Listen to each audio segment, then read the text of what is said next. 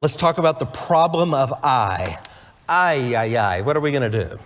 We have a problem on our hands, and the problem is this. According to the experts, archaeology contradicts the Bible. And coming out of World War II, we had Kathleen Kenyon excavate at Jericho.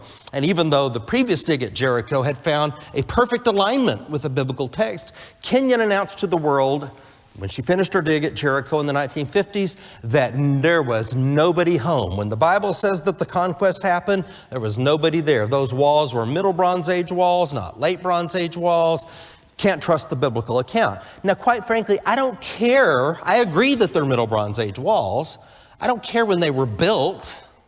All I care is when they fell. You see, that's called a straw man argument, making it seem like we're arguing something that we're not arguing. Walls will stand for thousands of years sometimes. I mean, we excavate walls that are still from that period of Joshua that are still standing. So the fact that they're Middle Bronze Age walls doesn't mean anything.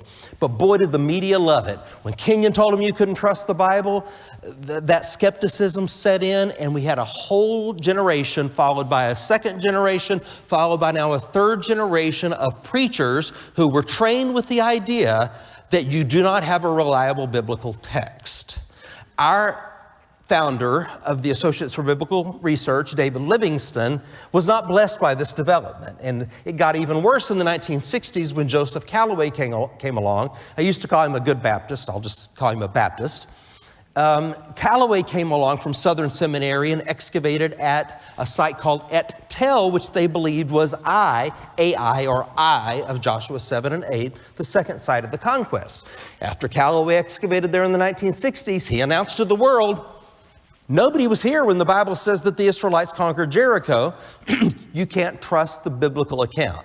Now listen, folks, if you lose Jericho and you lose you've lost the conquest. And if you don't have a historical context, you don't have a historical Bible. And all you have are a bunch of myths. Wow. No wonder so many people are skeptical about the biblical text, and they're all using archaeology as a club to beat us over the head with. Well, remember what Proverbs 17 says, the first one to present his case sounds right until another comes along, and another has come along.